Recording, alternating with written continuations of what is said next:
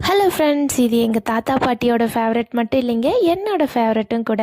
So களியும் அவரைக்கொட்டை குழம்பு யார் யாருக்கெல்லாம் பிடிக்குன்னு மறக்காமல் கமெண்ட் பண்ணுங்கள். வாங்க அவரைக்கொட்டை குழம்பு எப்படி செய்யறதுன்னு சொல்லிட்டு பார்க்கலாம். அடுப்பில் கடாய் வச்சுட்டு கடாய் சூடானதுக்கப்புறமா ஒரு 4 ஸ்பூன் அளவு எண்ணெய், கடுகு, சோம்பு, பட்டை, கிராம்பு, கறிவேப்பிலை, பூண்டு, சின்ன வெங்காயம், தக்காளி எல்லாம் சேர்த்து நல்லா வதக்கி கொடுப்போம். நல்லா வதங்கி வந்ததுக்கப்புறமா மல்லித்தூள், சிக்கன் மசாலா, கரம் மசாலா, மிளகாய்த்தூள் சேர்த்து நல்லா கலரி கொடுங்க. நான் மிளகாய்த்தூள் லாஸ்ட்டாக சேர்த்துக்க போகிறேன். ஏன் லாஸ்ட்டாக சேர்த்துக்கிறேன்னு லாஸ்ட்டாக சொல்கிறேன். நல்லா மசாலா வதங்கி வந்ததுக்கப்புறமா அவரைக்கொட்டை, அதாவது மொச்சக்காய் சேர்த்துக்கலாம். சேர்த்துட்டு நல்லா கலரி கொடுக்குவோம். அவரைக்காய் நல்லா அந்த வெங்காயம் தக்காளியில் எண்ணெயிலேயே ஒரு 2 நிமிஷம் வதக்கி விட்டதுக்கப்புறமா தண்ணி சேர்த்துக்கோங்க.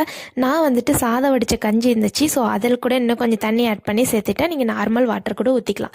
ஸோ ஊற்றிட்டு ஒரு பக்கம் நல்லா கொதிச்சு காய் வெந்து வரட்டும். அதுக்குள்ளே நம்ம ஒரு மூடி தேங்காய், 1 ஸ்பூன் அளவு கடலை போட்டு நல்லா நைஸாக பேஸ்ட் மாதிரி அரைச்சி அழுத நம்ம காய் 3/4 பாக வெந்ததுக்கு அப்புறமா சேர்த்துட்டு நல்லா ஒரு கொதி விட்டதுக்கு அப்புறமா நான் ஒரு கொஞ்சம் குழம்பு எடுத்து தனியாக வச்சுட்டு அதுக்கப்புறமா மிளகாய்த்தூள் சேர்த்துட்டேன். எனக்கு இருக்கிற லட்டு குட்டி காரம் சுத்தமாக சாப்பிட மாட்டா, அதனால் அவளுக்கு தனியாக எடுத்து வச்சதுக்கப்புறம் நாங்கள் காரம் சேர்த்துக்கிட்டோம். ஸோ காரம் சேர்த்து நல்லா குழம்பு கொதிச்சு காய் நல்லா வெந்து வந்ததுக்கு அப்புறமா புளி சேர்த்துக்கிட்டோம். ஸோ புளி சேர்த்து நல்லா ஒரு கொதி வந்ததுக்கப்புறமா குழம்பு நல்லா தேவையான கன்சிஸ்டன்சி வந்ததுக்கப்புறமா நம்ம மல்லி இலை தூவி ஆஃப் பண்ணிட்டோமா சூப்பரான அவரைக்கொட்டை குழம்பு, மொச்சக்கொட்டை குழம்பு. மறந்துடாமல் குழம்பு இறக்கிறதுக்கு முன்னாடி 1 ஸ்பூன் நல்லெண்ணெய், ஒரு கல்லெண்ணெய் விட்டு இறக்குங்க.